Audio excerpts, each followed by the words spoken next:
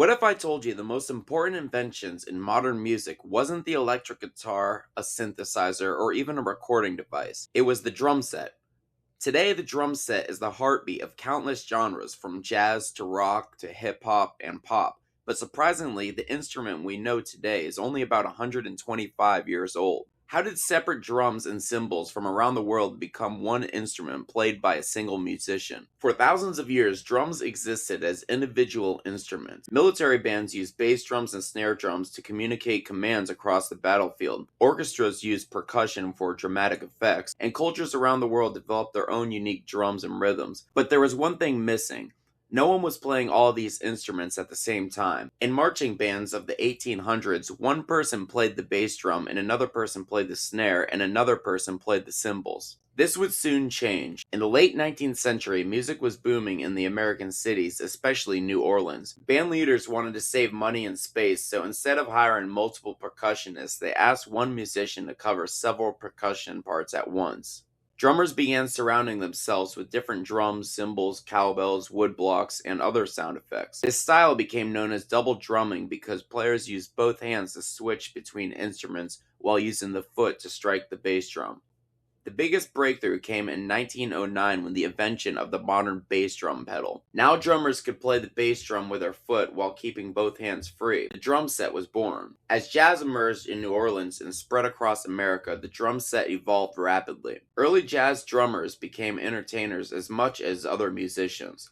They added whistles, bells, and all kinds of percussion effects. One important innovation was the lowboy, a pair of cymbals mounted close to the floor and operated by a foot pedal. Later, this evolved to a hi-hat, allowing drummers to play the cymbals with both sticks and feet. Drummers like Baby Dodds helped transform drumming from simply keeping time to an expressive musical art. Instead of just marking the beat, drummers began creating rhythms, accents, and improvisations that interacted with the rest of the band. By the 1930s and 40s, big bands dominated popular music. Drummers needed to be louder, more precise, and more creative than ever. One of the most influential drummers of this era was Gene Krupa. Krupa helped popularize the toms and brought the drummer from the backstage into the spotlight. The drum set itself also became more standardized, with bass drums, snare drums, toms, and cymbals forming the basic layout we're familiar with today. The arrival of rock and roll in the 1950s pushed the drum set into a new era. Drummers needed more power to compete with electric guitars in larger venues.